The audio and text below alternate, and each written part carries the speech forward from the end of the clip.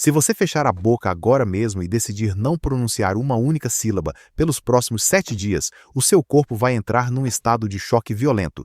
Esqueça totalmente essa ideia romântica de encontrar a paz interior no topo de uma montanha.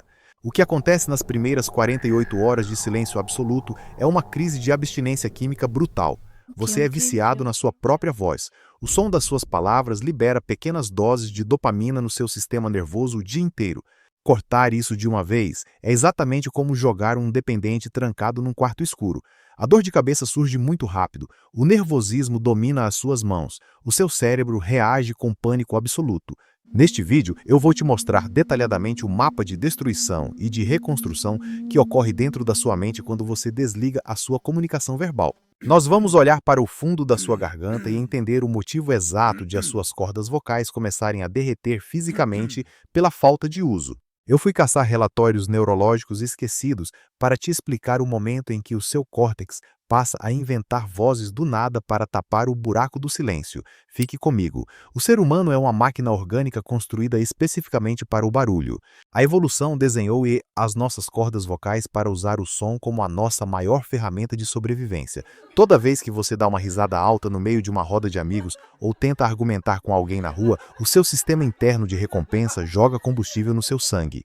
Estudos mostram que falar sobre você mesmo ativa exatamente as mesmas áreas cerebrais que o consumo de certas drogas ilícitas. É uma injeção de satisfação natural. O seu organismo espera essa dose todo santo dia. No primeiro dia de silêncio forçado, o fornecimento dessa droga despenca para zero. O seu nível de cortisol vai bater no teto da sua biologia. A vontade incontrolável de falar vira uma coceira agoniante debaixo da sua pele que você simplesmente não consegue alcançar. Você vai suar frio.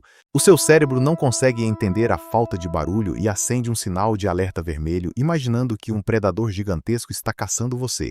Eu quero que você visualize o interior do seu pescoço agora. A sua laringe guarda as pregas vocais. Elas não parecem cordas de violão esticadas. Elas são tiras de músculo, espessas e molhadas, recobertas por um tecido flexível. Pense numa academia de alta intensidade. Quando você solta a voz, esses músculos minúsculos batem um contra o outro numa velocidade absurda que chega a 1000 vezes por segundo. Esse movimento mecânico gasta calorias reais, exige um fluxo de sangue contínuo. No segundo dia de mudez, você desencadeia um processo biológico de atrofia muscular bem acelerada. O corpo humano é um contador rigoroso que detesta perder dinheiro. Se um grupo muscular parou de trabalhar, o sistema central corta a verba de manutenção dele. O volume de sangue circulando na sua laringe sofre um corte agressivo. As pregas vocais perdem o tônus natural. A flacidez toma conta da região.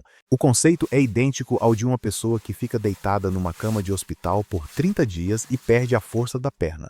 Os músculos responsáveis pela produção da sua fala atrofiam, num ritmo impressionante, pela simples ausência de impacto. No terceiro dia, a sua garganta já perdeu a memória mecânica. Mas o verdadeiro inferno elétrico está acontecendo no andar superior. Nós precisamos olhar de perto para o seu córtex auditivo primário. Essa área do cérebro opera como o grande processador de áudio da sua cabeça. O córtex tem uma fome monstruosa por novos estímulos. Ao desligar a sua voz, você elimina a resposta sonora do seu ambiente. Ninguém conversa com você. O espaço ao redor vira um vazio assustador. Como a natureza abomina o vácuo, o cérebro toma uma atitude drástica e começa a fabricar o próprio som.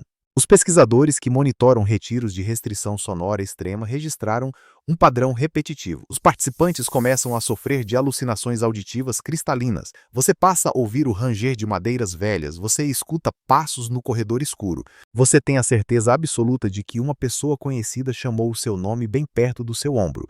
Isso é a pura estática do seu sistema nervoso operando em capacidade máxima. O botão de volume foi girado até estourar. Imagine tentar sintonizar uma televisão de tubo velha num canal sem sinal. Você aumenta o volume no limite máximo tentando achar o som do filme.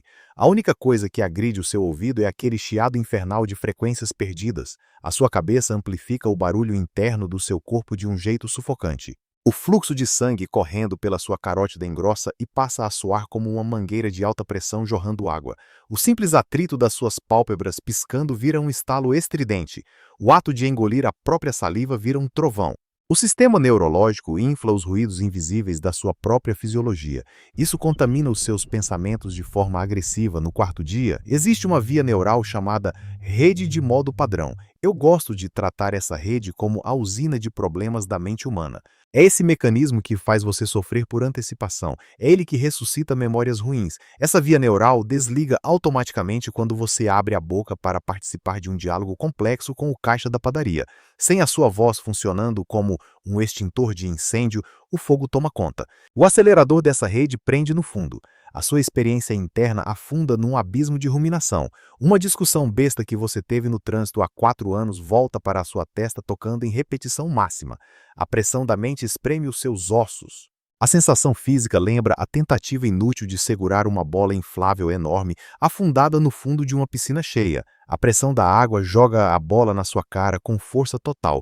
Uma multidão de pessoas desiste e volta a falar no 5º dia para escapar desse labirinto claustrofóbico. Se você tiver a força mental para aguentar o tranco, a química do seu corpo muda as regras do jogo. A plasticidade do seu cérebro entra em ação reformando as paredes da sua mente. O centro de processamento de palavras se chama área de Broca. Se a gente olhasse a sua cabeça num scanner poderoso, nós veríamos o consumo de oxigênio da área de Broca caindo pelas tabelas. A usina nuclear da linguagem entra em hibernação profunda. O corpo humano redireciona toda essa carga elétrica ociosa diretamente para os seus olhos. O córtex visual absorve a energia que seria gasta para articular as suas frases. A resolução do mundo real sobe drasticamente. As cores ganham um peso absurdo. Você repara no ângulo exato de uma folha caindo da árvore. Você capta a frustração escondida num piscar de olhos do seu colega de trabalho.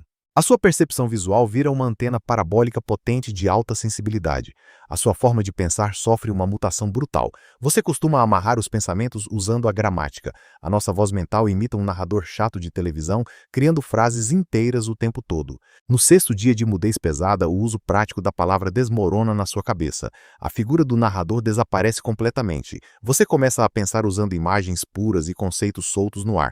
A estrutura engessada do idioma perde qualquer utilidade. Você passa a processar as ideias de um jeito mais animal e menos civilizado. Nós entramos na destruição do espelho social no 7º dia. A sua identidade inteira é moldada pelas reações que você consegue arrancar do mundo. Se você reclama do tempo e alguém concorda, você sente a sua existência validada.